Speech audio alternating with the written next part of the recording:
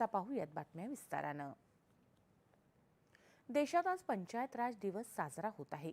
पंचायत राज दिवसानिमित्त उपराष्ट्रपती CP राधाकृष्णन आणि पंतप्रधान नरेंद्र मोदी यांनी देशभरातल्या लोकप्रतिनिधींना शुभेच्छा दिल्या आहेत। पंचायती राज व्यवस्था आपल्या मुळाशी रुजलेल्या लोकशाहीच्या तत्वांचं आणि सहभागी शासनाचं प्रतीक असल्याचं उपराष्ट्रपतींनी म्हटलं आहे। जनसेवेसोबतच राष्ट्रसेवेप्रती लोकप्रतिनिधींचं समर्पण सर्वांसाठी प्रेरणादायी असल्याचं पंतप्रधानांनी म्हटलं आहे। दरम्यान पंचायत राज दिनानिमित्त आज नवी दिल्लीत पंचायत राज मंत्रालयानं कार्यक्रमाचं आयोजन केलं आहे।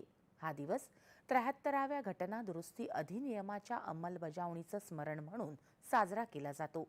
या ऐतिहासिक अधिनियमाद्वारे देशभरातील पंचायती राज संस्थांना घटनात्मक दर्जा आणि कायदेशीर मान्यता प्रदान करण्यात आली होती।